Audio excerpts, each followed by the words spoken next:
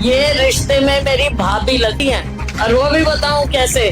और शादी नहीं मैंने करानी, मैंने तो ताऊ के घर करानी है। बहन किरण चौधरी जी, मैंने बहन तो कहा, लेकिन तो शाम वालों को पता होना चाहिए कि असली रिश्ता क्या है। बताऊं, बता दूं, सबको पता होना चाहिए। ये रिश्ते में मेरी भाभी लगती हैं और वो भी बताऊं कैसे, मेरी बहनें समझेंगी। जब इनकी शादी होनी थी तो भाई सुरेंद्र जी ने कहा कि मैं कहीं किसी बैंक्वेट हॉल में या कहीं और शादी नहीं मैंने करानी, मैंने तो ताऊ के घर करानी है। तो मेरे पिताजी स्वर्गीय चौधरी दलबीर सिंह जी के घर दिल्ली में तुगलक रोड में, जब वो केंद्र में मंत्री थे 7 नंबर तुगलक रोड में, तब वहां पे इनकी शादी हुई थी मेरे पिताजी के घर में 72 में।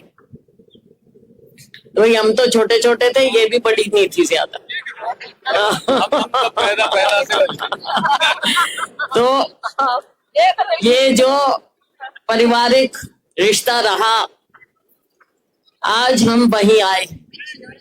ये तो शाम ऐसी जगह है जो कि इनके घर का परिवार का है, इस पे मैं फिर आऊंगी। हमारे साथ हमारे भाई कांग्रेस पार्टी के बहुत वरिष्ठ नेता, राष्ट्रीय स्तर पर हमारे सीनियर महासचिव, अनेकों जिम्मेवारियां इन्होंने बखूबी निभाई है। अभी कर्नाटक की बात हुई,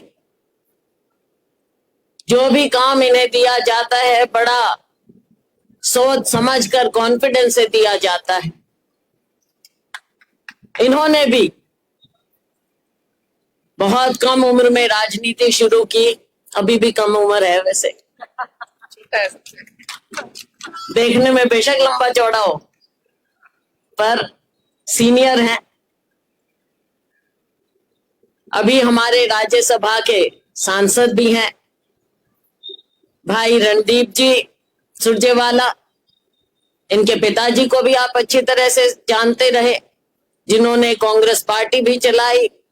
बल्कि मैं कहूंगी कि पहली बार जब मैं जेल गई, बुड़ैल जेल, तब वो हमारे प्रदेश के अध्यक्ष थे और उनकी अगुवाई में मैं सबसे पहले जेल गई थी।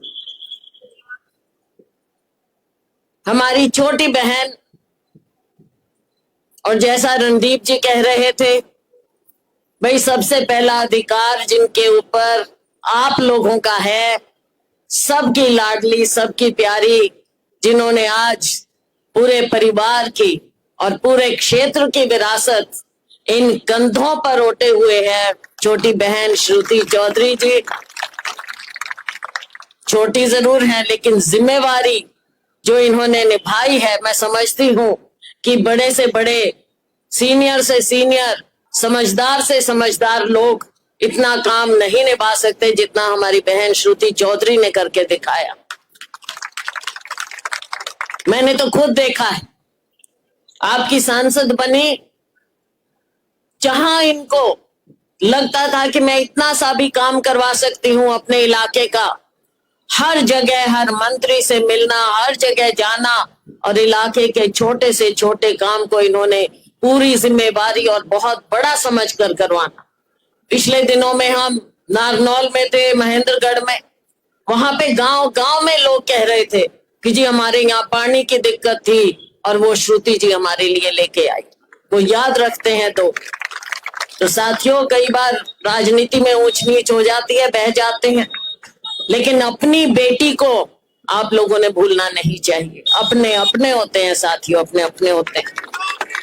हमारे साथ आए हमारे अन्य वरिष्ठ नेतागण, हमारे बहुत ही वरिष्ठ नेता श्री सुभाष बत्रा जी, जो मंत्री रहे, होम मिनिस्टर रहे, कांग्रेस पार्टी में इतना इनका योगदान रहा है और एकदम निर्भीक होकर, दबंग होकर ये सीधी बात करते हैं, सीधी बात करते हैं। जो इनको लगता है ठीक है वो ये बात कर देते हैं, ये नहीं परवाह करते किसी की।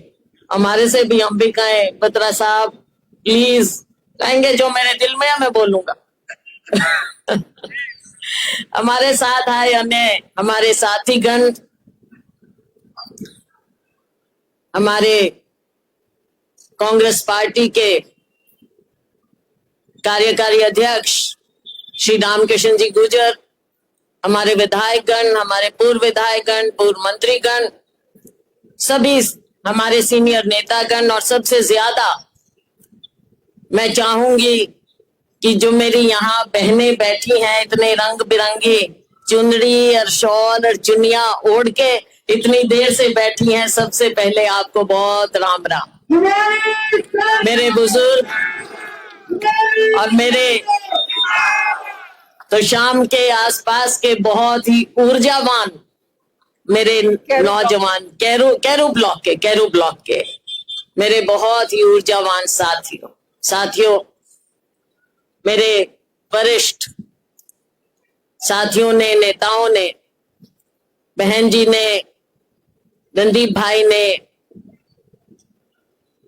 बहन श्रुति ने आपको बातें कही, राजनीतिक बातें कही।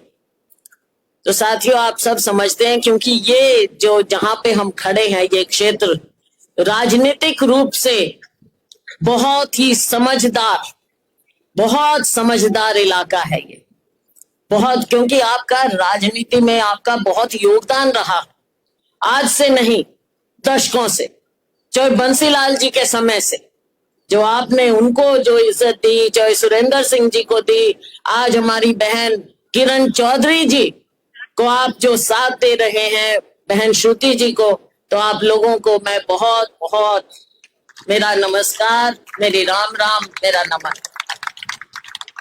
साथियों देश की प्रदेश की बातें हैं, बहुत है, और जिसकी रग दुखती है वही जानता है। मेरी बहनें जो इतने इत्मीनान से बैठी हैं, इनको पता है आज महंगाई का क्या आलम है, इनको पता है आज घर कैसे चलाने में दिक्कत हो रही, इनको पता है कि जो इनके बच्चे घूम रहे हैं, ना ढंग की शिक्षा मिल रही, शिक्षा नीति का ये हाल है कि ये सरकार कहती है कि बच्चों को पढ़ाओ, लेकिन सैकड़ों स्कूल, सरकारी स्कूल बंद किए जा रहे हैं। वहां पे कौन पढ़ता है? गरीब के बच्चे पढ़ते हैं, और वो स्कूल बंद करते हैं, फिर कहते हैं बच्चों को पढ़ाओ, फिर कहते हैं नौकरियां मिलेंगी। ना शिक्षा ना नौकरी, हमारा हरियाणा पिछड़ता जा रहा है साथियों, इन बातों का ध्यान रखना है।